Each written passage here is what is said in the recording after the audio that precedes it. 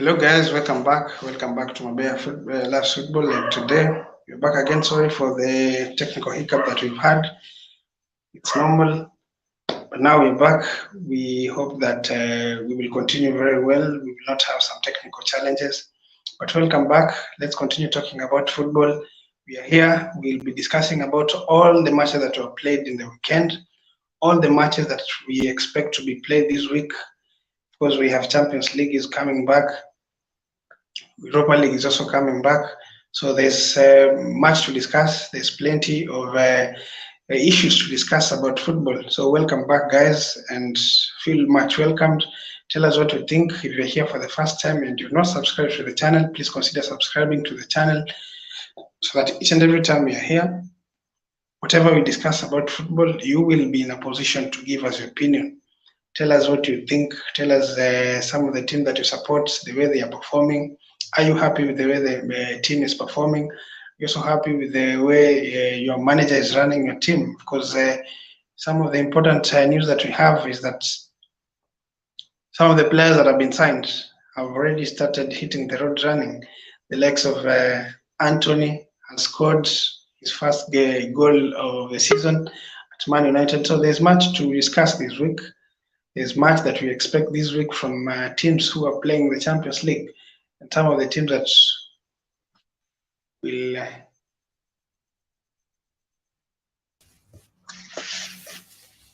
yeah, I hope haitatusumbua tena man. Hopefully. Yeah, so let's go ahead now. Let's talk about, of course, the first time we talked about the manager who is going to lose a job. I remember you mentioning Scott Parker, and you said that ulikuwa nadhani is going to be the first one to be sacked, and true to your word, it seems that he has been sacked. It was not. Acha nitoka cha ningia. Okay, sir. So guys, give us your comment on some of the things that you want us to talk about. And if you're here for the first time, please consider subscribing to the channel so that each and every time we are here, you will be the first one to know what we are doing at this channel. So we are talking about some of the matches that were played during the weekends, some of the matches that were played in the middle of last week, and some of the matches that we expect to be played this middle of this week. Of course, we know Manchester United won against Arsenal. Arsenal got their first defeat in the hands of Man United, and there's much to discuss. Of course, we know that Chelsea also bought Fofana from Leicester City.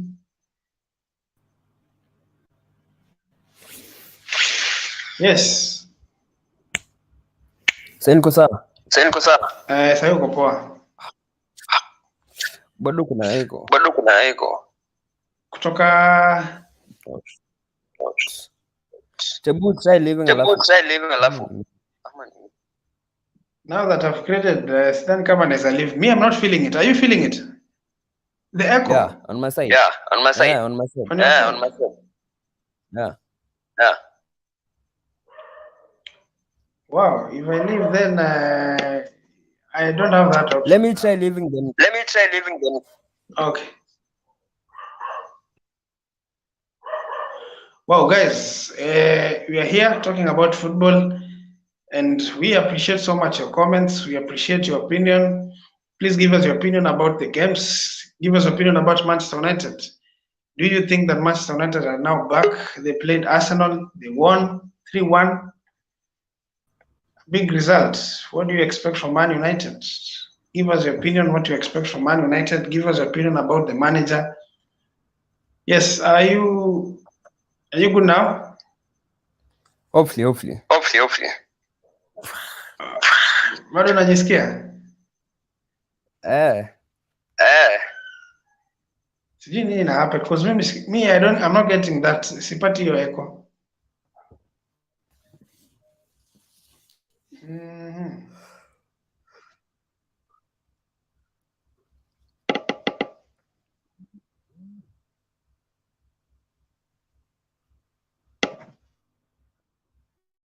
Try to configure your microphone. Maybe you do the setting of your microphone.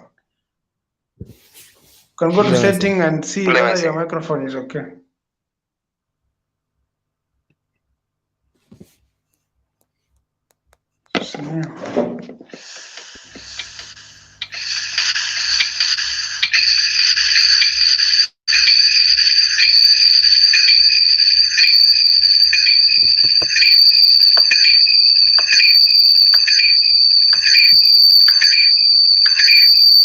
Bado nasikia tu sauti.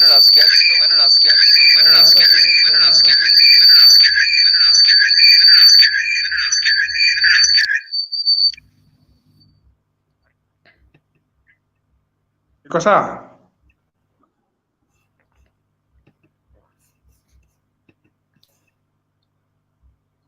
From your side haiko sawa, lakini huko ndo kuna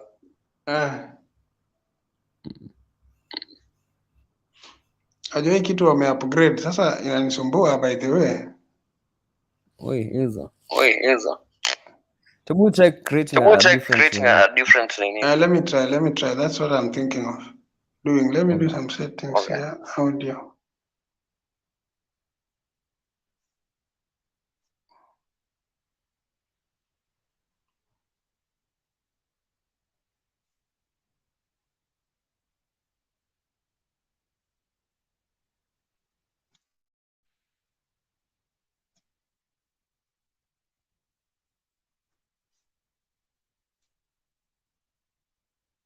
Hi guys.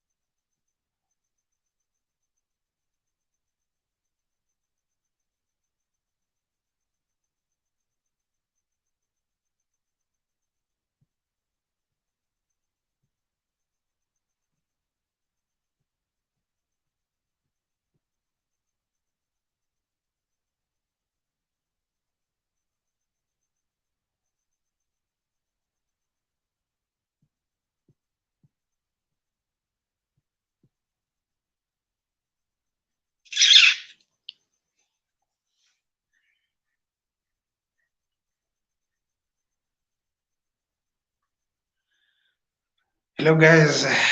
Seems that we are having a lot of challenges. The internet has a lot of challenges, but we hope for the best. I mean, been trying to do some settings. Seems that the sound is not.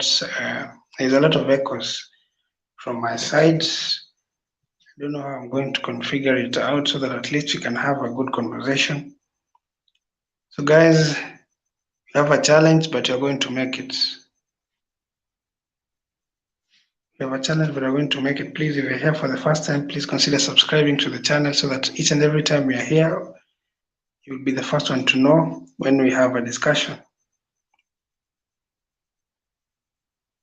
So it seems that there's a problem because every time that I welcome someone in, there's an echo. So I don't know what is happening. I've been trying to do some settings. It seems that it's not successful. But let me see what will happen.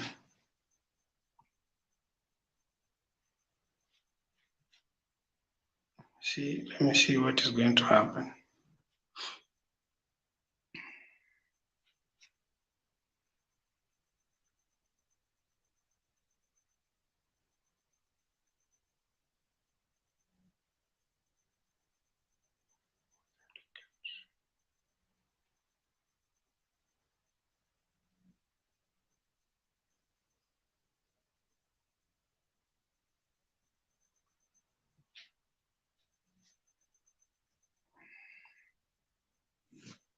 Guys,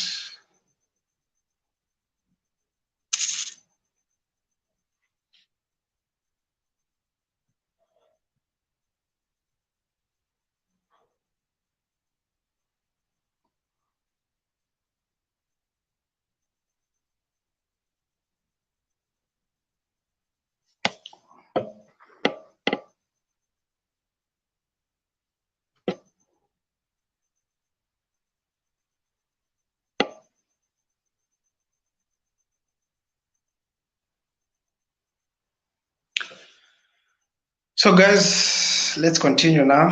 It seems that there's a technical problem that I'm facing, but I don't know how to solve it. I'm hoping that the problem has gone away. So probably I welcome my guest. I hope things will be okay now. So guys, as we were talking about United. We've seen United play. They won their first match. They won their fourth match consecutively. So we hope that that will continue in the next matches that they're going to be playing. Very good performance, Bruno Fernandes. Very good performance from Bruno Fernandes. Very good performance from Rashford. Seems like Rashford has regained his form. And also look at the defense. I mean, the defense is doing well. It's doing big, man. Look at Varane. And also Martinez. Some people are saying that he's short, he can't head the ball. Seems that he's winning every duel. I mean, he's playing very well. He's a good reader of the game. So let's wait and see what is going to happen. Yes. Welcome, my brother. Thank you so much. Yes, tell me, how are you feeling, man? Is the sound okay?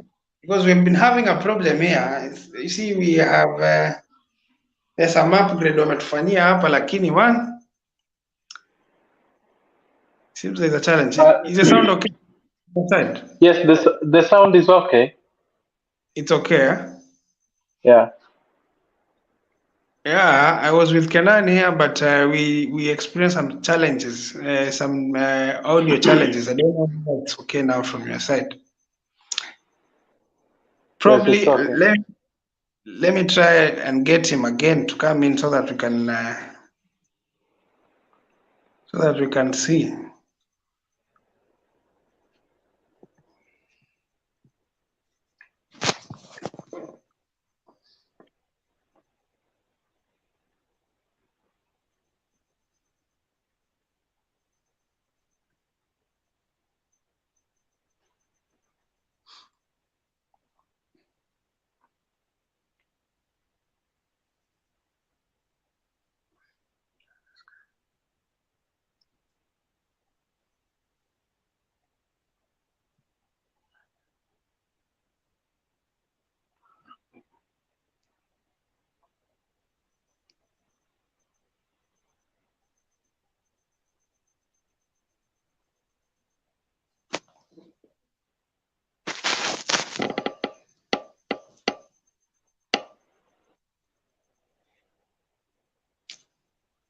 So, Reg, let's continue now.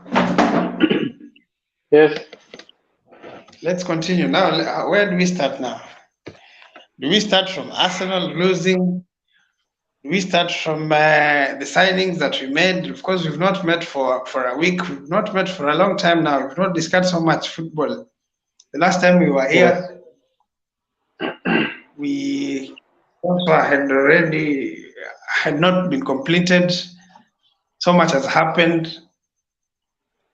So where do we start now?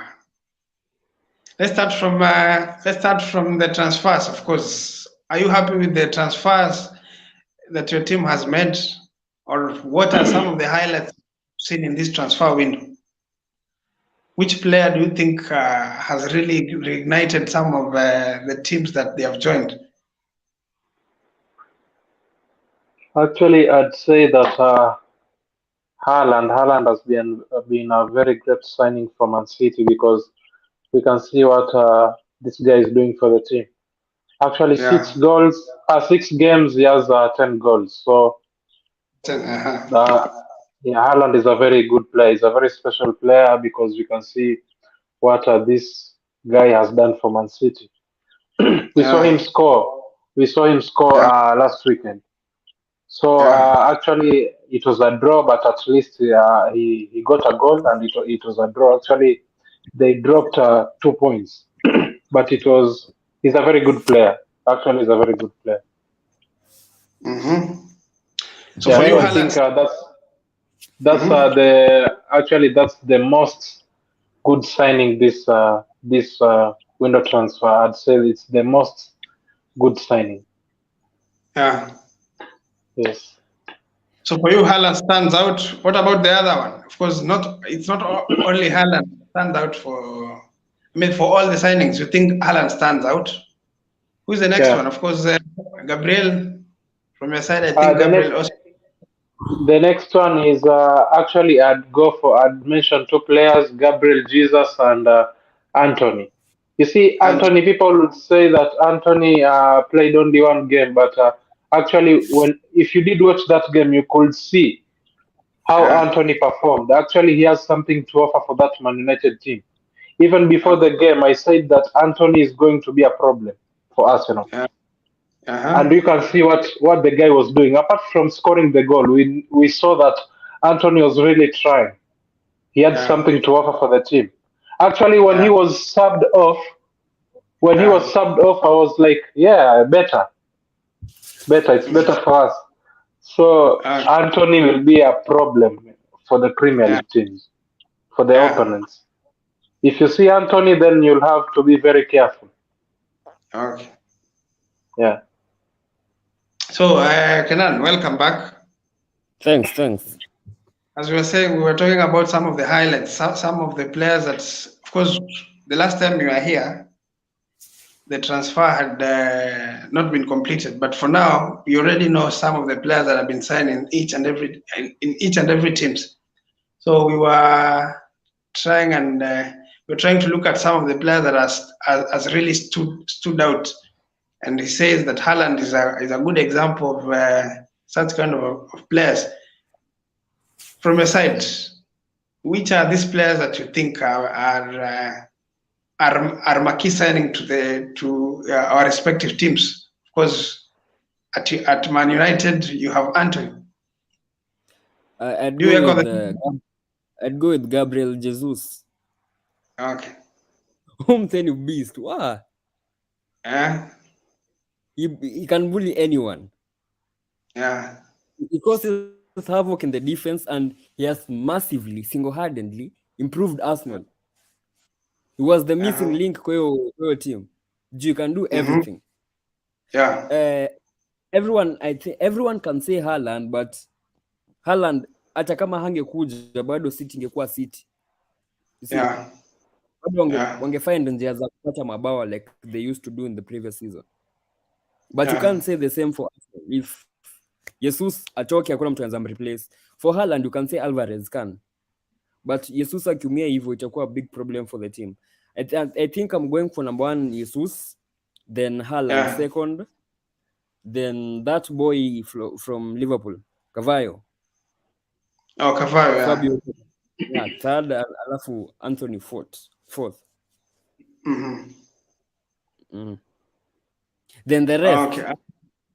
Then the rest. Well, Oba angeingia kwa hiyo list, but let's see what we can do if at all mnaweza. Yeah. Wacha tuone kama and apparently the guy has been fined. I think he arrived late for his unveiling. Oba. The episode has started. Yeah, he's fined. Do you have a fine? Pesa ngapi? 35, something to do. There's some fine. He turned up late for his unveiling. Ameanza. Issue. Ameanza, eh? Ameanza tabia mbaya. Yeah. Nimeona anatrain na mask. He has been Sorry? included in your. He's training with the mask on.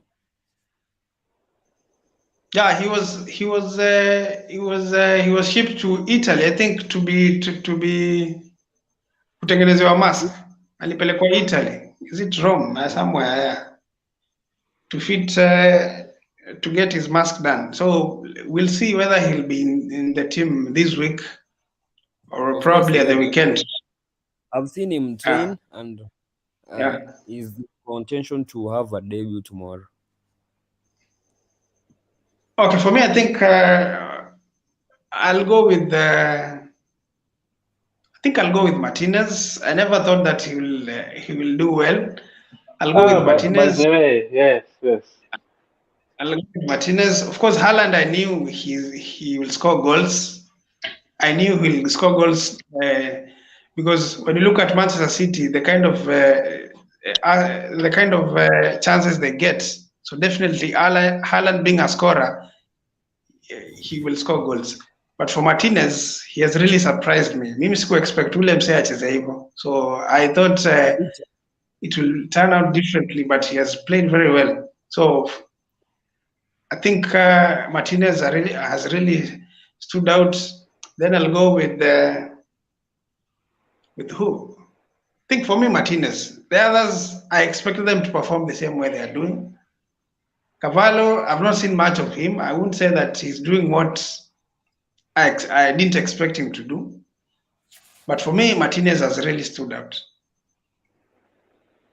So let's go. Then let's talk about some of the disappointments we have seen.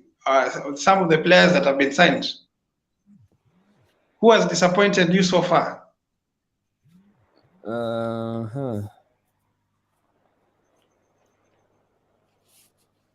Let's go first, as I think.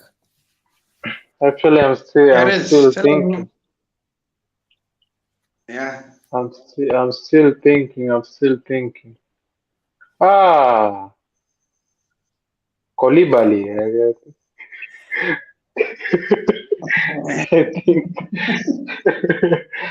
I think Koulibaly. I knew you want to. I knew that is where you want to fall. I think we people expected a lot of the guy getting a red card in such a. You remember when he got a red card for the decision? Yeah, I remember when he got. Yes, that was a very poor decision he made. Actually, you know that you are on a yellow card, and you can still afford to do whatever he did. So he's very professional, by the way. So we don't expect that from those kind of players because we know he is Rudiger's replacement, and we want you to play as well. He scored in the second game. He scored in a London derby. Why can't you give him his flowers? Actually, scoring in a London derby does not matter that much, you know. So I think we need to see that professionalism. We need to see it because. But honestly, Koulibaly, you guys really expected much from that guy. I'm even surprised why you guys went for him because actually teams were asking for Koulibaly back then. You know, back then he was the real Koulibaly. But right now, brother, he's not the guy we used to know. Actually, I can't really say if he's Rudiger's replacement. Actually, no. Actually, so you think having Koulibaly, you guys could have left Malang Sarr.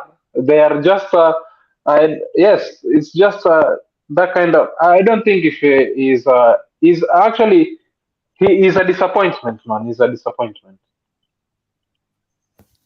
I think I'm going for. I'm going for Sasa Kalajic, some guy that Wolves signed. Then after the first game, ameumia for 9 months. And actually, I've heard that they're going for Costa. I would like to see how that will pan. I'd like to see Costa at Wolves. Yeah. Then I'm going for also Diego Carlos from Aston Villa. Sevilla. Aston Villa. Yeah. Yeah, that guy was a top defender at Sevilla. Then he came to Aston Villa, alafu ameumia the first game. Aliumia pre-season.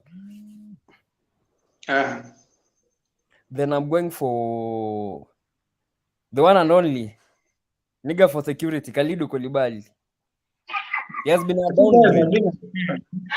You guys are being unfair to that. You're being unfair to that lad. No, I think he's good, but you guys, is like anafeel viatu zenye ni kubwa kumliko. Rudiger alisets nini standards. I'll set the bar way too high. So this but Dulem says he can replace Rudiger. He's just being himself. You guys expect him to replace Rudiger. That one is impossible. He's just there to. I'm not saying that he's not good, but as in he's not a beast, but he's average. As Red said, the decisions he makes, kama the red versus Leeds. I love the first goal. That guy was kneeling and mbona unarukia mtu tackle like ana defend ka Van Dijk anapea ball mgongo. The first goal ange block, but akeka mikono sijui aje. So I don't think he has been an upgrade as you expected. So maybe let me say something. Sometimes when the defense plays well, also the midfield has also to play well. Nowadays, our midfield is in shambles. Our goalkeeper is not even helping the situation. Our goalkeeper is also very poor. He's not even helping it. Because ukiangalia, most of the time it has been poor coordination between the defense and the goalkeeper. Unapata mistake. Kama you remember the goal that I think we considered against Southampton, also the goalkeeper made a mistake. The goals we considered against West Ham, I believe Mendy made a mistake. For me, from my side, Mendy made a mistake. Hiyo ball angeshika ama angepunch na nguvu in a way. The first goal against West Ham. Even the second one. Even the second one, it was his mistake. So Mendy is also not helping the situation. Apart from, despite that, some of these players, Akina Koulibaly, you see, the other thing you should know, these guys have not been playing together for a long time. Now, Silva is playing with two new defenders. He's forced to play with Koulibaly and Fofana at back three. And these players, most of them were playing at their respective teams. They've been back four. So that is also a challenge. And for you to succeed for defense, those guys were in a good combination. And especially on how they play. You remember when Chelsea was playing a back three, Rudiger, Thiago Silva, and who else? Christensen walikuwa wamecheza for a long time.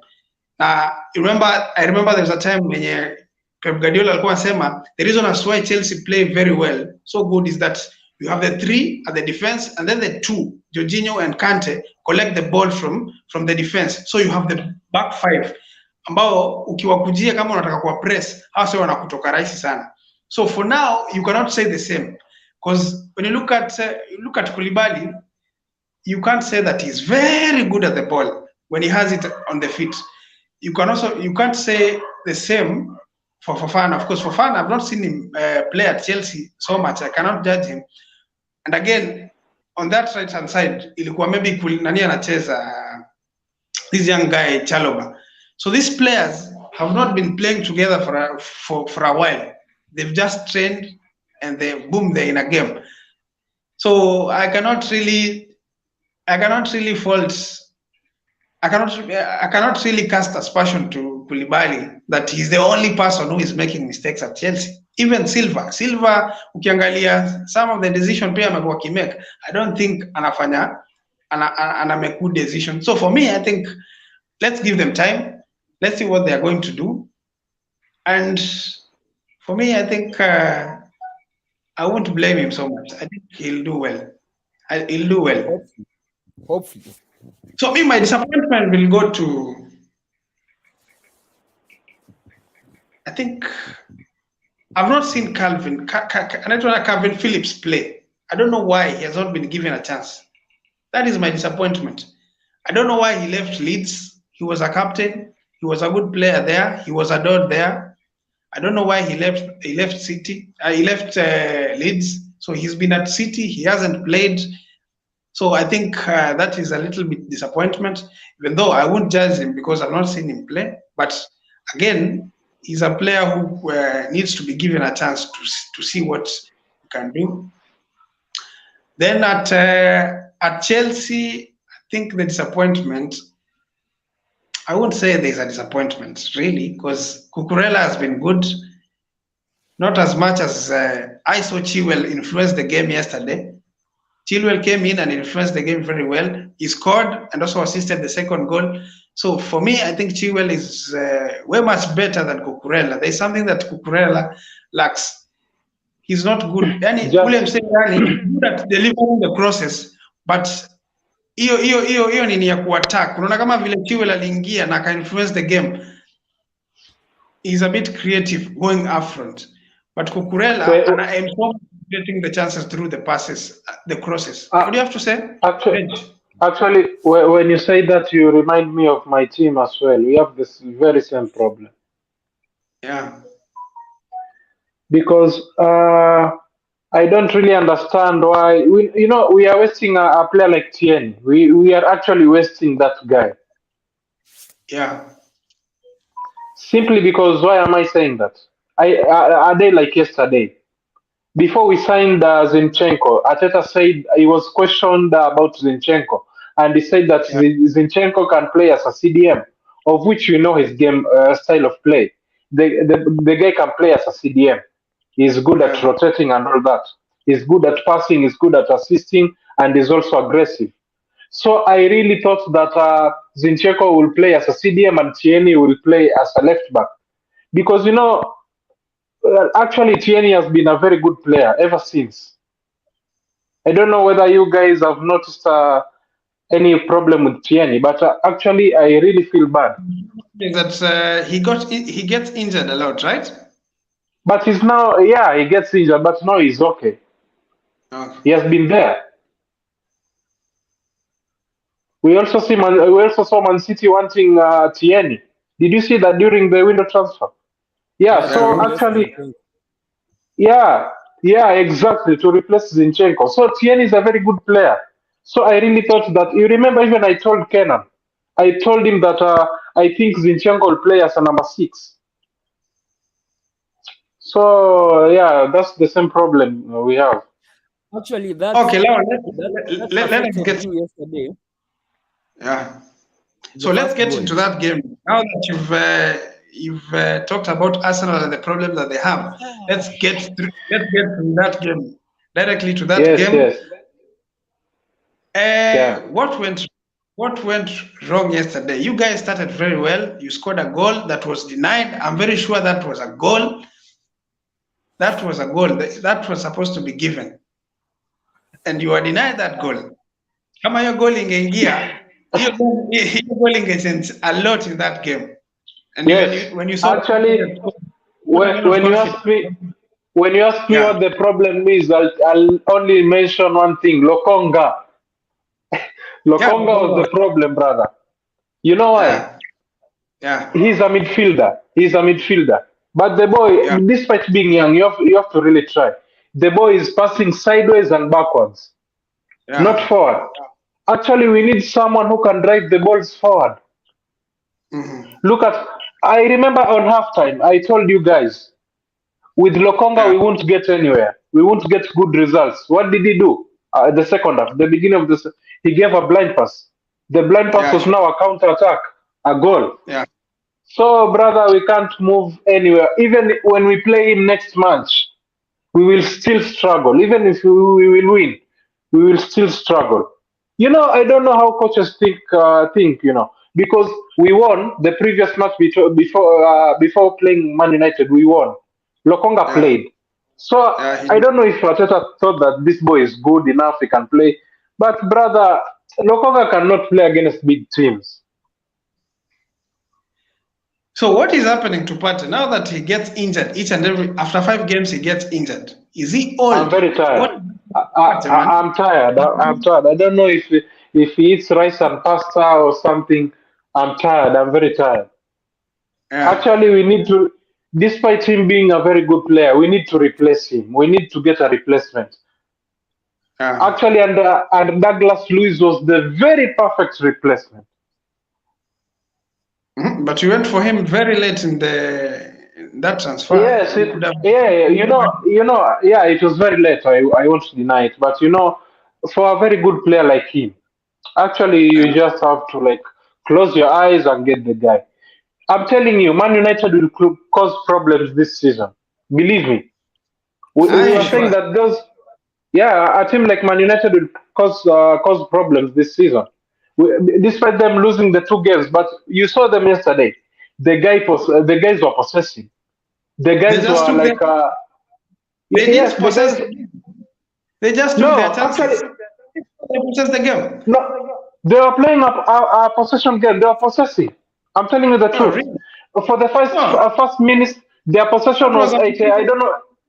No, The first actually, the first 12 minutes before Arsenal scored, yes, 80. a possession was 80, I don't 84. know. 84, 84. 84. I'm telling you. So actually, you can see what United are trying to do now. They have a very big difference. Actually, they are trying to play a possessive game. They have a plan. They don't rush like they used to do. They can even if they don't force. By the way, pass back when they are trying to create chances. So we see what United are trying to do. Also, as we were trying, but actually having a midfielder like Lokonga in a but big game really, like that one. let me throw something. When you say that Yes. Manchester United are, are a bit creative, apart from the first Yeah. goal, all those 2 goals were transition balls. I mean, the second goal, Rashford got a pass from Bruno Fernandes. Then the third goal was also a mistake. You guys overcommitted forward, and then you left a very big space for Ericsson to square Ima, it. ima, imagine the Man United that was there last season couldn't even do that. You don't They believe had it. some that. Actually, in order to do that, actually you must have the creativity as well. Because we saw the game we beat Man United last season 3-1. Actually, Yeah, they were also like getting a few chances, but they yeah. still couldn't go for the counters. But right now, they are very fast in that. They are very fast, like they take the chances very fast. That's what Yeah. I'm talking about. Because last Thank you. season they were not taking even those kind of chances. Okay, thank you so much, guys. I can see you watching. Please make sure if you're here for the first time, please consider subscribing to this channel. We are talking about United. Do you think that Man United are back? They played against Arsenal yesterday. They scored 3 goals. Of course, Rashford scored the 2 goals, and also Anthony scored. You think Rashford is back? And also, you can also tell us what you think about other teams. We have Chelsea, who played against West Ham. We have Liverpool, who played against who? They played against Everton. They didn't score. Then you can tell us what you think about these other teams. Champions League is back. Europa League is back. Tell us your prediction. We'll be doing the preview, of course, here, and we'll be discussing about some of the games that will be played this week. So thank you so much. I can see you guys watching. If you're here for the first time, please consider subscribing. And also, we'll be reading your comments. Tell us what you think about these teams. You can do your player ratings. Tell us who do you think was a man of the match yesterday, Man United against Arsenal. And also give us some of the players that you think have been disappointing. Some of the players that you think have disappointed you. Yes, I can see the first comment. Let me read the first comment so that I can give Kenan his chance to discuss about Man United. The first comment is from Victor Gumbu Chamba. Victor Gumbu Chamba says, yes, Man United is back for the title. Watch the space. Yes, Kenan, do you think Victor amesema ukweli? Do you think Victor says it well? I mean, Man United are back. Personally, I don't. We are headed to where we want to be, but we are not yet there. So I can't really say that we are back, but tuko kwa good direction. Easy is just the beginning. The first 12 minutes versus Arsenal, that's how Ten Hag wants to play. But apparently he knew we don't have the players to play that system. Yeah, possession and keeping the ball. We only have 2, at most 3 technical players, like when you are good on the ball, Martinez and Eriksen and Casemiro. So Martinez and Eriksen in the first 11 yesterday. So Ten Hag knew that Arsenal will come, be aggressive and press us high. So what we do, we use our strengths to hurt them. So what he did we soak, like most of our possession ikwe midfielder na hapo nyuma. Then we make sure that we pass all the balls to Eriksen. Jiendi anaweza pass your defense splitting pass. Yeah, there's a pass he made, right? The first goal. Yeah, the first goal, right? Yeah. Yo pass ya ku breaking lines. Yeah. Ingekuwa ni McTominay angepass keeper, but yeye he took that risk. Yeah, sure. To break lines. Then we knew that Rashford ana flourish kwa space. Now the only way we can do that ni possess in our own half. Yeah. Then Arsenal players commit. Yeah. Wakicommit watasonga 2 or 3 yards mbele hiyo high line yao. Then watacha space ya our wingers to explore. And that happened in the second and the third goal. Yeah. That was a tactical move from Ten Hag. Ndo maana aliweka Cristiano juu. Arsenal thought umse ni mzee ana mbio. So the only way United can get him is by playing balls in behind. Now we have Saliba who can cover that. So Saliba na Gabriel wakeka Ronaldo karibu. Ronaldo akajanjaruka akadrop. Then he left Rashford space huku kwa wing ya kubend run. So ndo maana Bruno said after the match in the interview that every time he gets the ball, Rashford makes a run. So in as much as he pass 20 times or 30 times, kuna ile tu moja itapata Rashford na ita cause trouble. Apparently sasa ikampata na wase walikuwa nowhere to be seen. Then we scored. Alafu I can say Arsenal walitulemea the first 60 minutes. The first actually 60 minutes. Yeah. Zinchenko. They had an extra man in midfield. Yeah. So like midfield yetu tulikuwa tu tunapitwa. So we had to look for backup to kuja hapa midfield. Alafu Jesus what he did he drop deep. Akidrop anakuja na Varane. So Saka na Martinelli had acres of space to run in behind. But what hurt the most, as Reja said, is Lokonga. Lokonga can't make those passes. Ingekuwa ni tuseme mtu kama like they had Fabio Vieira angeanza hiyo game. Acheze huko. First half tungepigwa 3-1. Yeah, Fabio Vieira came in and when we were moving forward, tulikuwa tunaacha spaces. Dalot na Malasia zenye Saka na nani wange explore time Jesus amevuta watu. Alafu Jesus was everywhere. Alikuwa anatusumbua. Then the second half showed some naivety from Arteta. I think kama hangefanya hizo 3 subs, hiyo game ingesha tu. Then Arsenal wangefunga, wange equalize. but the fact that he made the sub, Arsenal ikapoteza shape, tungewapiga 5. But then I didn't really understand what he was trying to do. Why did he even get kwanza Odegaard? Alimtoa kwa nini Odegaard? Why did he get akeka Martinelli acheze left back? That was wrong, man. Very wrong. So ukapata most Arsenal players walikuwa kwa side moja, wame overcommit.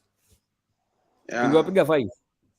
Kama Anthony angekuwa hiyo game bado tungewapiga 5. Ni venye nani unaona Ronaldo got a chance, ilikuwa ni time yenye I think ni is it Rashford ama ni Dalo alipiga ball long sana, Ronaldo hakuipata. Then there was another chance that they got. Was it Fred? Yeah, Fred. Yeah, Fred. Fred did alipiga long pass yenye Ronaldo angepata hiyo angefunga. So you got a lot of chances, especially when Ronaldo came in. I think something changed, and then you guys got a lot of chances. You see what Nani did? Ten Hag wanted an extra man in midfield. Zinchenko alikuwa anakuja midfield, then tunalemewa. That's why alikuwa yake Fred. But when the goal went in, Ateta panicked. Fanya panic nini sub. Then tukachua sasa acres of space. Alafu na sisi tulikuwa tumetoa attacking players, so we had sijui 6 ama 5 midfielders. No natural winger. We had just 5 midfielders and Ronaldo. So we just wanted to see off the game. So talk about Casemiro. He came in and made a mistake immediately. Almost costed you. What people don't understand me. Sahi we are not relying on individuals. Sahi we are playing in a system. Na tuko nayo team cohesion, togetherness. Like watu wengi wamekuwa akicomment on that, Then as you know, Anthony amecheza na Ten Hag for 2.5 years. So he knows how Ten Hag wants his players, where to be and what to do. That's why he went straight in to the team. Then nani anaitwaje? Casemiro hakuwa hana much fitness before akitoka Real. I think he was injured the first game ya season. Then he needs to adapt to the new league. That's why he's being slowly integrated to the team. Alafu McTominay is performing better. So as a coach, wezi take risk ya kutoa performer, weke mtu mwenye unadhani atamreplace alafu akue worse. Then good coaches know that changing a winning team kama si injury ni problem. That's why Arsenal may stick to the first 11 unless wako na Gabriel is not Ben White is not an out and out right back. That's the winning team. Ndo maana coach hachange. So ndo maana Casemiro ajanza game, but with time atapewa chance. Ni juu McTominay is performing better. Alafu what makes it easier ni Eriksen is doing the role that Frankie de Jong was supposed to do. Eriksen has been an unsung hero. Jana ndiye alikuwa man of the match. He played really well. He played very well. In fact, he could have scored even yesterday. He got a chance the 7th minute, right? He got a very good chance. He could have scored. He got a pass from someone. I don't remember who slotted that. Was from Dalo. So ukiona mabao zenye zote tumefunga tangu Liverpool. Ni same pattern. Eriksen and Bruno have been involved. So it's a system. Alafu what I love most about our team now is the unity, the togetherness, giving us results. Okay, thank you. Okay, guys, I can see you guys watching. Please, if you're here for the first time, please consider subscribing to the channel. I'm happy to see you being with us here. Please tell us what you think about United. Do you think that Man United, are you sharing the same sentiment as Victor, who says that Manchester United are back to be challenged for the title? And he tells us to watch the space. So if you think that Man United are back, you can go ahead and tell us in the comment section below. Give us your sentiment about the game that was played yesterday. I mean, Arsenal against Man United. Tell us what you think about that game. And some of the games that were played, of course, Manchester City were held in a draw. They were playing against who? Who were they playing? Man City were playing against Aston Villa. Aston Villa. Yeah, they were held to a draw, a 1-1 draw. And then Chelsea got away with 3 points. They stole 3 points from West Ham. What do you think about that? And can also go ahead and tell us about what you think about referees in English Premier League. 2 goals were denied. West Ham were denied a goal, and also Newcastle also denied a goal. What do you think about that? What do you think about referees and VAR? Tell us what you think in the comment section below. And if you're here for the first time, please consider subscribing to the channel. You can. No, Reg. Yes. You've now realized that you need depth in your team. I mean, when one player leaves the team, I mean, you guys suffer a lot. Like you suffered. That Partey is not in the team now. You guys are suffering a lot. Actually, yes, we did squad depth, but yesterday it was the coach's bad decision because actually Tierney was there. He could have played as a left back, and Zinchenko could have played as a CDM. Yeah. So I think it's the coach who messed it up yesterday. Yeah. Yeah. What do you have to say about Gabriel? I saw him working so hard, man. He was coming to the midfield, collecting the ball, dribbling past players, trying to assist some of the players. And also, you can also tell me about Saka, because I saw Saka doing some bad decision. For me, if you ask me, he holds to the ball so much. He has to make some of. Yes. Yeah. Actually, Saka yesterday he scored, yes, but he wasn't good enough yesterday. Actually, as you said, actually he was making bad decisions. Actually, there was a few times whereby he could have released the ball and people move forward, but actually he was holding the ball, and it is really irritating. Actually, it irritates me so much. So I think players have to make good decisions. But yesterday for Saka, he was not at his best. Actually, I'll praise him for scoring. He really tried, but actually he was not at his best. Yeah. We saw also Odegaard missing a clear chance. Yeah. So actually, we lost. We can say that I don't have any excuses for losing that match. I wouldn't say that it was luck for Man United. Man United really did their best, and they really deserved to win that match.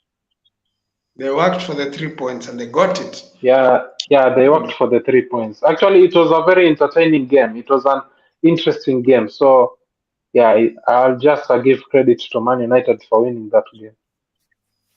I think the problem with Saka is becoming more predictable. Yes, I think so. Akipata ball, the first thing it does me tries to cut in. So my defenders Exactly. Sasa shida ni akienda kwa byline ako na weak foot right, hezi tumia, lazima atarudi kwa left. By the way, he's being predictable nowadays. Yeah. True.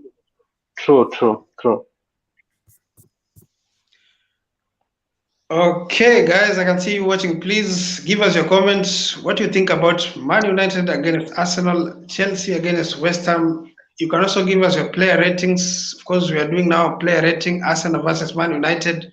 Give us what you think about the players who performed well, who was supposed to be your man of the match. You can also go ahead and tell us, what do you expect from these teams? What do you expect from Arsenal? Of course, they are leading the table. They are league leaders. They've won 5 matches, lost 1. They are doing well, but there are some shortcomings that they have. That's what Reg is saying, who is an Arsenal fan. What do you think? Tell us in the comment section below. Now, of course, we've discussed about that match. And then, Kenan, tell me, what do you think about the first goal that Martinelli scored? Was it supposed to be a goal? To begin with, the fall was soft. But from our argument, Odegaard didn't touch the ball. Angeshika ball, hiyo bao ingekataliwa. So that was the ref's argument, that he went in hard on Eriksson na hakushika ball. Yeah, so ndo maana foul ilipewa, but otherwise the goal was clean and Martinelli was clinical. I think VAR ilitusaidia ikaturegesha kwa game. Yeah, juu if that goal went in na Arsenal walikuwa wameanza kutusumbua, I think tunge have a long afternoon. Yeah, so kudos to VAR. Very inconsistent conditions they made this weekend. A game against Newcastle, they denied Newcastle a goal. Apparently, they denied West Ham a goal. I mean, seems that there is a lot of inconsistency with VAR. But with Chelsea, I think they apologized. Chelsea and Newcastle, they apologized that the two goals could have stood. I don't know what you think about the VAR and its inconsistencies. They are not consistent enough, and I think it's. I don't blame VAR, honestly. I just blame the fans. Ju fans pia tuko consistent. Like it doesn't matter the team you score, you support.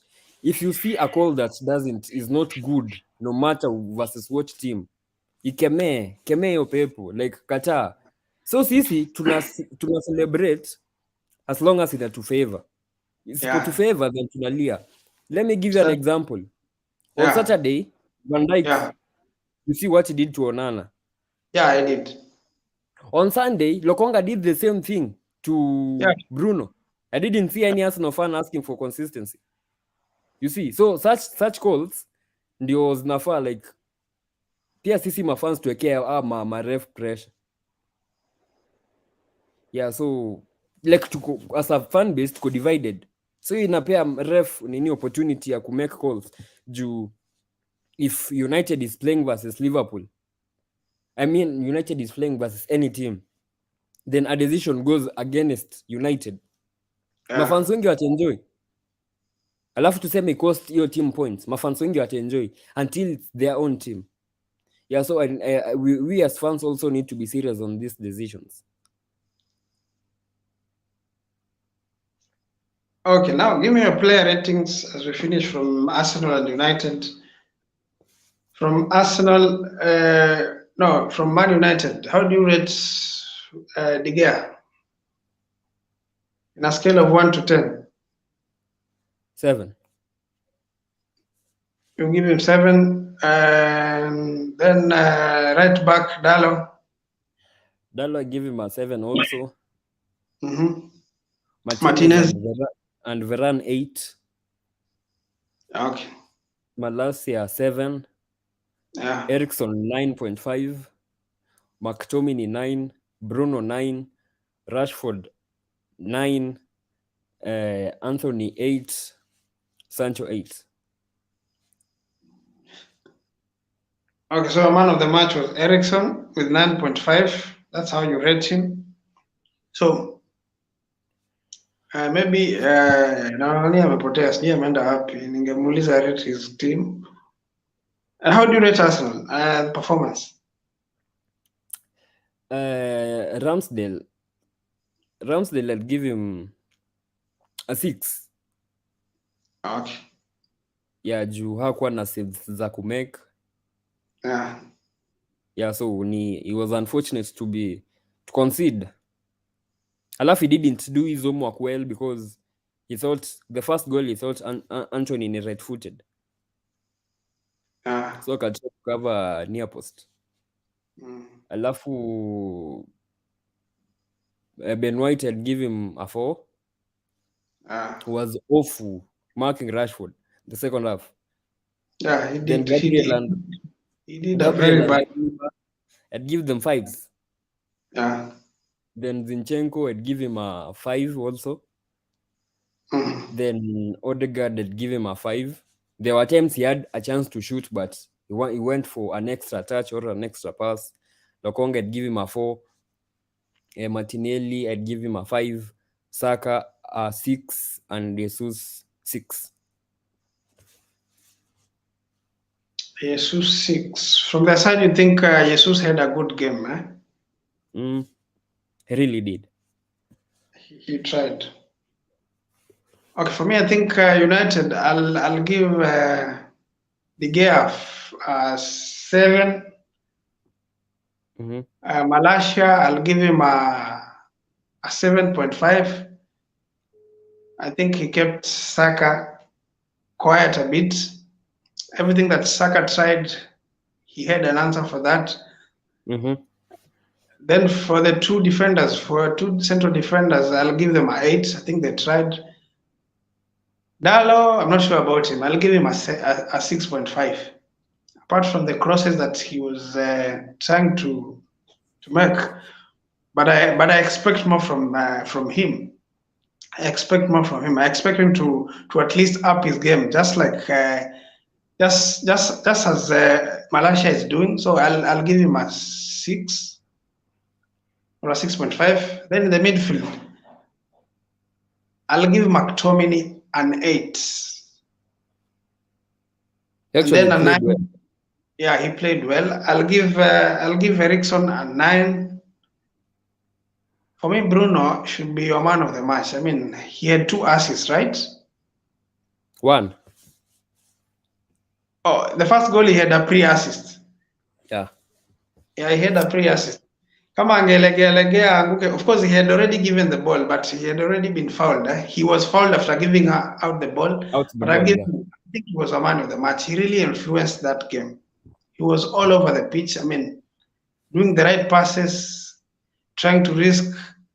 So for me, he's going to be a man of the match.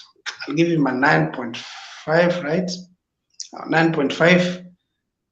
Then up front, Rashford is trying. I think I'll give him a 7.5. 9 out of 10. I expected him to score those goals. Those were not difficult goals for him to score. I mean, those are the chances that he always buries in. So I didn't see magic in him scoring such goals. Good runs, good runs. He buried the 2 goals in. So it's good to take chances, and goals do give you confidence. So I'll give him I said I give him an 8, right? Yeah. An 8 is okay with him. Anthony, I have some reservations. I mean, I think I'll also give him an 8, but he didn't finish the match, so I could have maybe seen much of him, but I'll give him an 8. Then who else? Who else played? Sancho. Sancho was very quiet, by the way. Did you realize that Sancho was very quiet? So Sancho, Yeah, I think I'll give him. I think the problem was he didn't receive much of the ball. Yeah. Yeah, so hakuwa involved kwa game. Yeah, so that is that. Then let's talk about Chelsea. Let's talk about Chelsea and West Ham. Did you watch that match? Yeah, of course I did watch it. Yeah. Beats, niliwatch Beats. Sijui nilikuwa na watch game gani ingine. Kulikuwa na game ngapi hiyo time? Kulikuwa na game ya City hiyo time? City ama No, not City. Kulikuwa na game ya Liverpool. Liverpool was early kickoff. Yeah, kulikuwa na game ya Spurs. Yeah, so I switch, but the niliwatch ni like I didn't agree to the squad yenye Tuchel alianzisha. Why? I knew like West Ham will come to park the bus, then try to hit you on the counters. Na nyinyi, the players you had in midfield, other than Kovacic, the rest wako good on transitions. No, so ni kama pia nyinyi mlikuja ku counter attack your team. So I was right, because you guys didn't create like any chance yenye mmetoka kutoka midfield hadi like ukona hii yenyewe we have worked on this na unaweza kuja week in week out. Yeah, so I noticed that. Then nini wengine, Cucurella is good on the ball, but he's not as good as Chilwell going forward. Yeah, he's not as good as Chilwell going forward.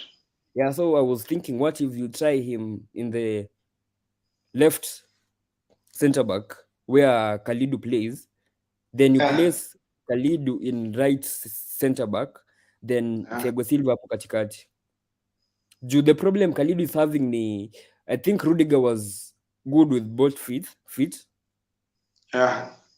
Alafu Kalidu ni right footed, so he's having a problem balls za left zikikuja. Joko on the left side, so ndio maana na find it a little bit hard to adapt to the intensity ya Premier League. Juu leagues zingine ni more of technical ability rather than aggression, sijui intensity, physicality. Yeah, so what if your coach tries that? Then I'm really hoping that you guys could supply Oba with balls. Juu naonanga nani anakuanga isolated at times, Sterling.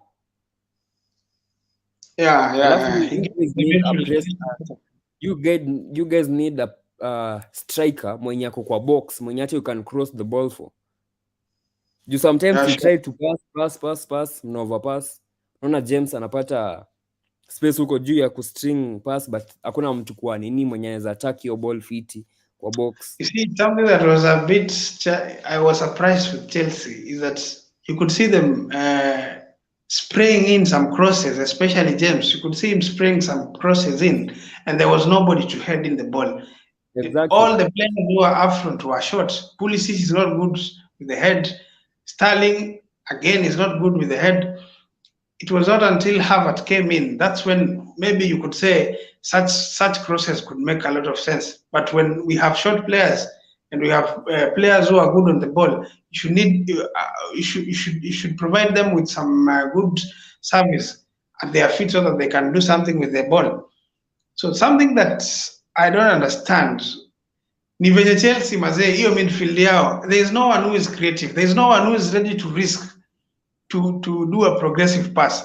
Because as you said, apart from Kovacic in the midfield, he's the only player that waweza sema anaweza risk hiyo ball, anapiga progressive passes going forward.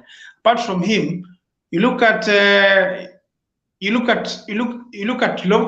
Loftus-Cheek, man. He's someone who is good with the ball, but he holds the balls too much, and that is a problem. Sijui mbona we see that in Kenya, we see that as fans. Why is it very difficult for the coach to see that at least Loftus-Cheek is good with the ball, he's good carrying the ball forward, but he doesn't release the ball. Something that he has been having. He has been having that challenge for a long time. Yani umse akishikaga ball tu yeye ni ku drive forward. Na haizi kabisa peana hiyo ball. I don't know whether it's even I think your coach hasn't moved on from the result versus Spurs. Like that game you played really well. Now he thinks that's his best 11, so he's trying to maintain that squad. Ndio maana unajua mna face different opposition kila wiki, so unapata team imesetiwa in a different way tactical wise. Then the players that performed really well versus Spurs, the likes of Loftus-Cheek, wanashindwa. What's happening? You get? Yeah, so I think coach pia anafaa rotate player kulingana na nini, kulingana na I think the difference was Kante. For me, if you ask me, that game, the difference was Kante. Kante in the midfield, the first half. Remember the first half, we played very well against Spurs. When Kante left, we started conceding some chances. You remember the first 60 minutes, Chelsea really controlled the ball. They were keeping Spurs out of their box.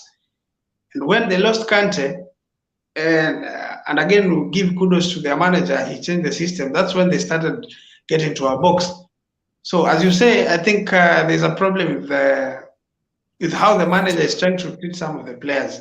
Because I didn't understand. Again, I did not understand why we did not start with Jorginho. Again, Jorginho in the midfield and probably Kovacic. That could have been a good starting lineup. Again, you can say probably Jorginho has been playing for a long time. I mean, he's been played so much. Na fatigue. So I don't understand, man. I don't understand. I hope that Zakaria will come in and try and help that team, because we lack a lot of creativity in that team. You don't see any midfielder who is good in creating the chances. There is nobody. Even Kovacic is good, yes, but he's not that person mwenye anaweza unaona pass kama hiyo Bruno alimake jana. Pass kama hiyo sidhani kama Kovacic does that every time in the game. He does that cautiously. He doesn't do that every time in the game. He's not that person who gets the ball and thinks to provide passes kama hiyo. He's not that person, that kind of a person. Jorginho also does that, but not all the time. He's not that person. When you know akishika ball too, even the first thing he'll do, he tries to pass sideways, left, right. He does very, very few progressive passes going forward. Yes, as you said yesterday, he's good at controlling the tempo of the game. And especially when you're leading, he's a very good person. He's a very good player who keeps the ball, make sure that the team ticks, right passes, provide the ball, he lowers the tempo of the game, and make sure that the team in a kind of ball line protects the lead. But you guys, when you're losing, you need someone to pass the ball fast. And one thing that I've discovered about Chelsea is that they don't move the ball so fast. And I've seen Man City wanafanya hiyo maze, wana move the ball very fast. Mtu kama Rodri maze, akishika ball ni faster. Even Arsenal, I think Arsenal are also moving the ball very fast. Something that is not happening at Chelsea. And I think Man United are also moving the ball very fast. But Chelsea, in those top teams, are one of the teams that don't move the ball very fast. You'll see someone, mtu kama Jorginho ameshika mpira, anaanza kurotate, doing some turns and here and there, instead of getting the pass to the right person. Look at James sometimes. Yes, he's good going forward, but sometimes even Mount also hold the ball sana. So these players need to be talked to. Again, I think it's a tactical problem. It might be a tactical problem because it seems that the manager tells them not to hurry so much in releasing the ball, because inaonekana kama manager anawaambia hivyo. Mimi sielewi maze. I don't understand. These players have talent, and the way they play, it seems that they don't know what to do. They don't know who runs where. It becomes a problem, and that will always continue to be a problem for our strikers. Ukiangalia hao strikers, they've been there, they've not been scoring goals. Why? Because they've not been getting the service from the midfielders. The only creative players we have are the wing backs. Chilwell, of course, we saw he came in, scored a goal, created the second goal for Kai Havertz. That is the same thing you would expect from James. But you've never seen a midfielder from Chelsea giving an assist to a striker. It has not happened in a very long time now. I don't know what is happening. So let me read some comments here. We have a comment from Peter. Okay, we have a comment from Emeka Kingsley who said, "What's up, bro? Thank you so much, guy, for Emeka, for watching. Continue watching, and tell us what, the team that you support. Tell us what you think about Chelsea. Tell us what you think about Liverpool. Tell us about the team that you support, and give us your player rating of some of the games that you watched yesterday and some of the games that you watched during the weekend." So let me read a comment from Peter who says, "Hi, I'm a United fan. Thank you so much. Welcome back. Welcome, Peter. Welcome." Then Peter again said that City will win the league. We'll wait and see. There's a lot of opposition for us. Arsenal are doing well. Man United are coming up very well. Of course, Liverpool are really struggling. Let's wait and see what will happen. So for me, I think that is my observation. Our midfield should turn up, man. They are really letting down some of their forward players. They are really letting down the likes of Sterling. You look at them; they're really trying to play. I mean, they come to the midfield, wakijaribu collect ball, wakijaribu kwenda mbele. But when you look at our midfield, they are really letting down the players. Some of the players that we have up front. So I think we need to improve from the midfield. The defense sometimes pia inapata pressure kwa sababu of the midfield. There is no one who is protecting the midfield, the defense. There is no Jorginho. Jorginho does not do that job very well. Kante, of course, when he's there. And again, as I told you last time, Kante does well in breaking up the play. Going forward, Kante pia sio not creative. Unaona? So I don't know much about Zakaria. Maybe you can tell me What do you expect from someone like Zakaria? Zakaria is a player like Pogba. Uh, He's good going forward and also defensively. yeah. He's like a type of box-to-box midfielder mwenye pia hutumia nguvu, Yeah. alafu is good with passing na he can dribble past players na his press resistance. I think that's why United wanted to sign. Actually, Ten Hag, Ralph wanted to sign him before he went to Juve. And why has he not gotten a chance at Juve? The way Juve plays, I don't think he used to play actually, but sijui nini will happen. Yeah, so ndo maana I think he'll be a good signing to you guys. Wakiplay na Jorginho. Wakiplay na Jorginho? Wakiplay na Jorginho as the double pivot, right? Yeah. Don't you think? Well, I think what if the coach tries to change the system? Yeah. Because Zakaria is good also defensively. Yeah. He can offer support to the defensive line. Akae tu hapo mbele yao. Yeye na Jorginho.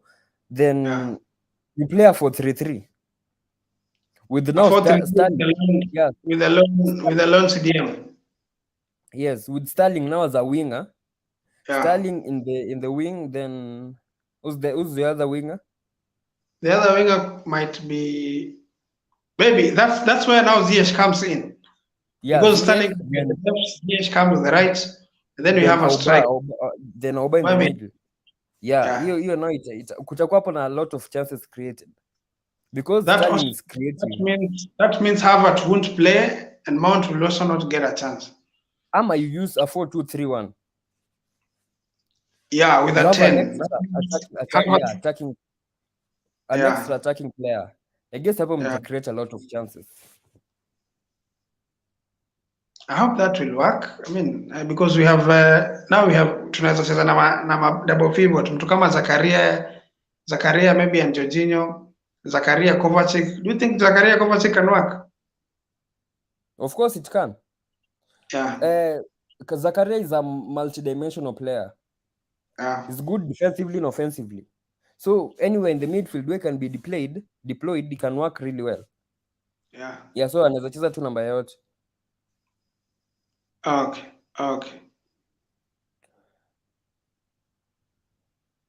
Okay, I'm getting a message from Reg. He says that he's got a call from his boss, so that means he'll report back to the duty. So we'll continue. Okay. So you advise that we try and change the midfield, we try and change the formation so that at least we accommodate some of our attacking players, because we have a lot of attacking players at Chelsea, but they're not really getting a chance because of the system. It seems that we have so many defenders deploying. So many defenders in the field. We have the 3 defenders, then we have the 2 wing backs who are also defenders. We should try and change the system so at least so as to accommodate some of our attacking players. And I think that is one thing that we should try. As from tomorrow or Wednesday, I don't know when we are playing Salzburg. I think we have a game against Salzburg. Tomorrow you are playing Dinamo Zagreb. Dinamo Zagreb, right? Is it tomorrow? Yeah, tomorrow. Yeah, because that is a game that we can try and experiment on the system. Because Dynamo, of course, is a good team, but we can still do that because we have another chance to. If we don't get the 3 points, we have a chance to rectify that. We should try and change the system on that. Some of these games, cup games, that is where you experiment on the system. So I'm hoping yes, it works. Yeah, we'll see if tomorrow it works. Then you can go with it for the before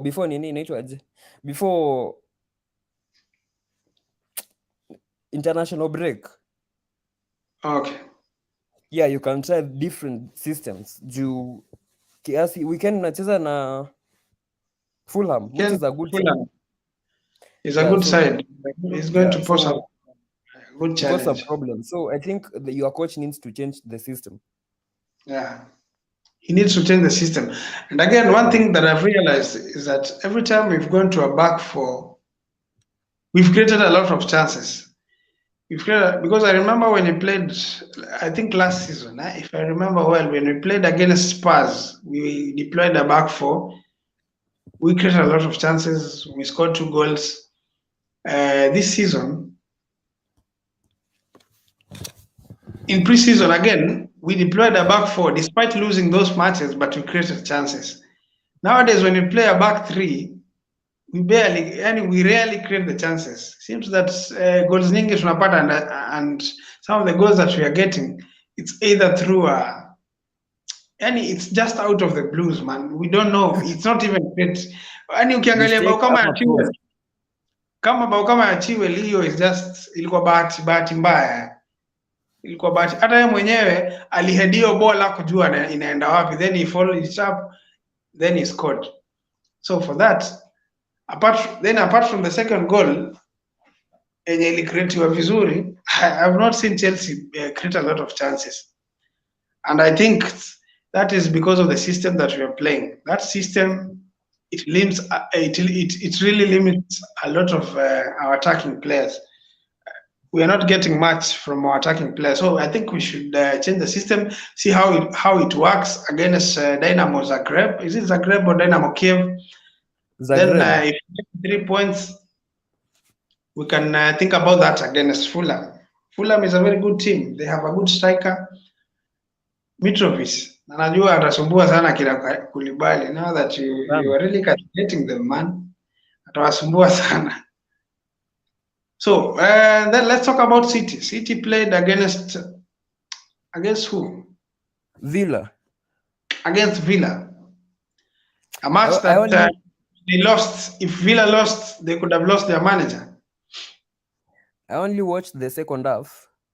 Yeah. And I realized that in a way City wamechange njia ya kucheza juu say wako na target man. Yeah.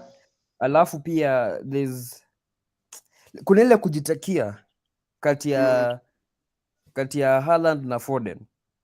Yeah. Those guys don't understand that an assist is as good as a goal. Yeah. You get? So kuna chance yenye moja anapata badala ya pass. Yeah. Ana shoot. Yeah. Like kila mtu anataka tu afunge. Yeah.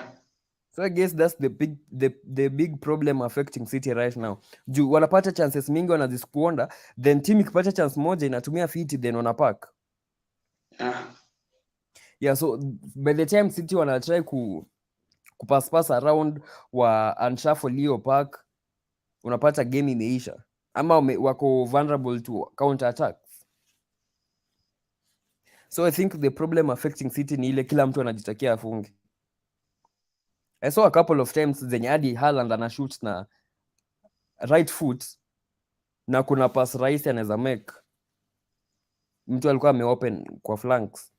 So I think you know the problem, but they are still a good side.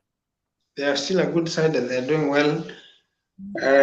Of course, when you look at there's a goal that Coutinho scored. I think that could have stood. It wasn't an offside. For me, it wasn't an offside. I don't know why they were denied that goal.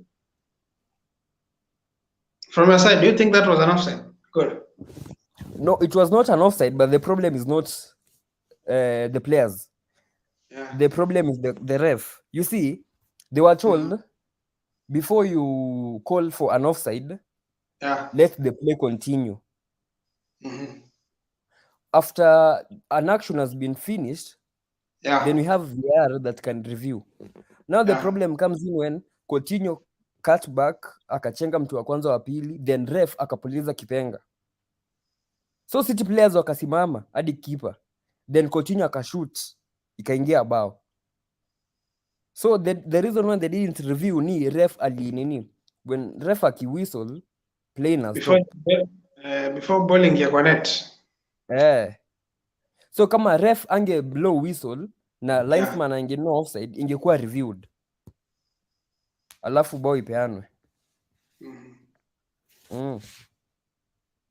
That was wrong from the referee. I think that could have been a goal then. It could have also ingeleta a different dimension to the game. But again, I remember last season when they played against Villa, they scored 2 goals until the 75 minutes when City started scoring goals. Wakaanza kurudi. You see, City have been making comebacks, by the way, but people are sleeping on them because they are Man City. Yeah, those guys patiently build attacks, alafu wanafunga. Wakikolize mnaenda kutafuta winner, then wanawapata sasa, wanawamaliza. Yeah. So we don't have much to talk about that side. I think wako complete. Wako ready to go. They're still a good side. They're ready to go. Of course, they came back against Newcastle, but they didn't manage to get the 3 points. They came back against Villa. No, they came back against who? Against Palace. They got the 3 points. Yep. And then yesterday they got a draw. So they're also having some mixed results. So we'll wait and see what they will do this season. Definitely, they are a team to beat. They're doing well. Then let's talk about Liverpool now. It was a Merseyside derby. I didn't watch that match. I don't know what transpired. I have nothing to say about that match. Before we dig deep into Liverpool, you remember before the season started, we were making predictions. And I remember I said the only something that will affect Liverpool is burnout. Our players, they played every possible match last season. They did. They go to each and every fight. So this season, I thought they'll be burning out kwenda huko October, November, but wameanza way too early. They have 9 points from the possible 18. So those players have burnt out. They are fatigued. Now they play high intensity football. Then right now, what's affecting them is they are missing those Salah goals. You see, with the signing of Nunes, Salah sahi ako forced to stay wide kwa karibu na touchline, then across ama you can't take on players wote. So what it does ni beat one player cross for Nunes. So they are also missing Mane. Mane will. They're missing big time. Mane ange affect games peke yake. So they are missing that presence of him. Okay, there's a comment here from Peter says, as a United fan, we are not getting top 5. Why are you saying that? You guys are doing well. Let's continue with Liverpool. You say you guys are missing Mane. You see, Mane was like a player like Hazard. Hazard doesn't need to score or assist, but he'll draw more players. He'll draw fouls. Like he'll be an influence to the game. So that's the what they are missing from Mane. Alafu hawana attacking midfielder. So all their creativity comes from the wings. Trent na Robertson. Na lately Robertson has been off. Hadi ya kwanza hiyo game Tsimikas ndiye alianza. So that's affecting them, and I think mostly what's affecting them is burnout. Na hii si start watateseka hii season sana. Kwanza venye sasa European football imeanza tena kucheza weekday weekend. Alafu on December we also have World Cup. So I think this to Ati? I think they send a midfielder. Melo is a good midfielder, but he's angekuwa more good kwa team like City ama Chelsea. Liverpool I don't think inahitaji mtu wa kudictate tempo, sijui mtu wa kufanya nini, like at a slow the attacks. Liverpool ni side ya high intensity. Ndio maana Thiago anakuja anacheza game mbili, anakimbia anaumia. Unaona? Yeah, so Atamelo ni player kama Thiago, but it'll be a good signing. Though they went first for Zakaria. Oh, they did they did go for Yeah. Zakaria. But he chose Chelsea. Why? I don't know. Yeah, he chose Chelsea then. Get chances, right? Yeah, he chose Chelsea, so ndio wakaendea saa Atamelo. Okay. So with Liverpool, they're going to get it hard this season. It's going to be a rough season for them. Of course, they are having a rough time already. They are not getting results. I saw Gabriel Agbolaho say they want to finish top 4. Of course, there was a season that they also had a very bad result, but at the end, they got to top 4, and in fact, they were third in the league.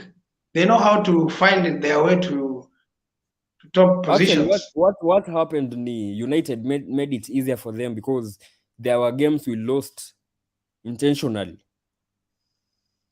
because we were preparing for Europa League final. We finished second. Yeah, I got second. Yeah, but we are preparing for Europa League final, so Ole would rest players the final 4 games. So so we lost, I think, 3 games back to back. Liverpool. Yeah, so that's why I think. Okay, then what else can we talk about? Let's talk about Spurs now. Spurs. Son is not scoring goals, but Kane still scores goals now. What do you think about Spurs? Son has been They're misfiring. Really ugly, but they're getting the point. Son has been misfiring this season. Alafu, I think they over rely on Kane. Yeah.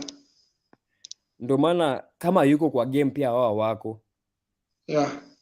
Alafu sasa nimeona wameswitch way of play. Ken ana drop then Son ndiye ana make hizo runs. So Son pia alikuwa overused last season. So this season is not performing. Alafu I questioned why Conte will bench Kulusevski, who's a good carrier of the ball going forward. Alafu anaacha Son mwenye hata hajapeana assist ama hajafunga, sorry.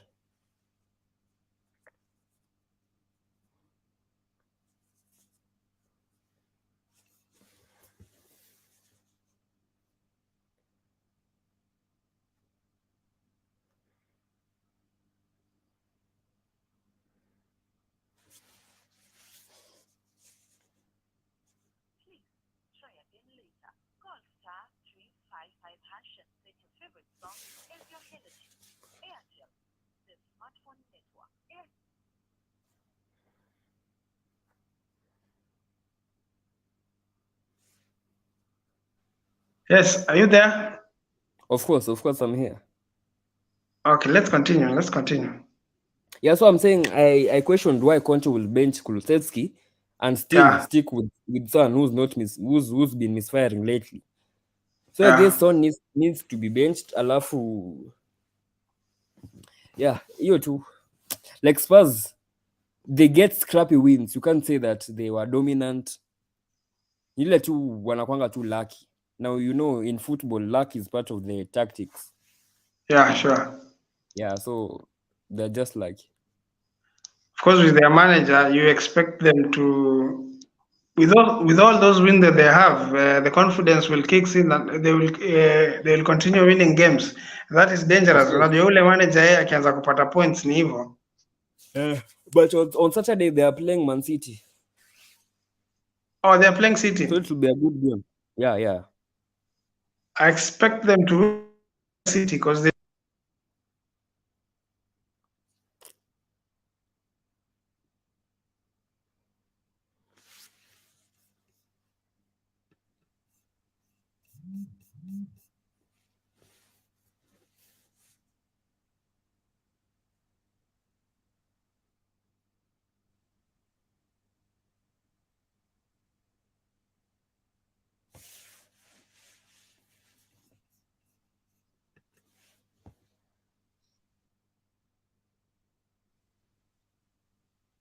Kanan, Yeah, you're there. of course. I'm saying Spurs. Spurs is the only team that got the 6 points from City last season. So I expect Spurs to win against City. It will be a tough game for Spurs. Yeah. Because lately wamekuwa get scrappy wins. Yeah. Na City are out to revenge. Now they have Haaland now. Yeah. So it'll cause havoc to the Spurs backline. Yeah. Well, I think we've exhausted some of the things that we wanted to talk today. Let's meet tomorrow. Okay. Tomorrow there's some matches that are going to be played. Again, I think we'll meet earlier before the matches so that we can do some preview of some of these games. Actually, the first game will be Chelsea, 7:45. Chelsea. Yeah. We'll do a preview of that at around 9 and then discuss some of the things that will be emerging from the game. Yeah. So thanks so much for joining us. Thanks. Okay, let's meet tomorrow. Thank you so much. Peace. Okay, bye.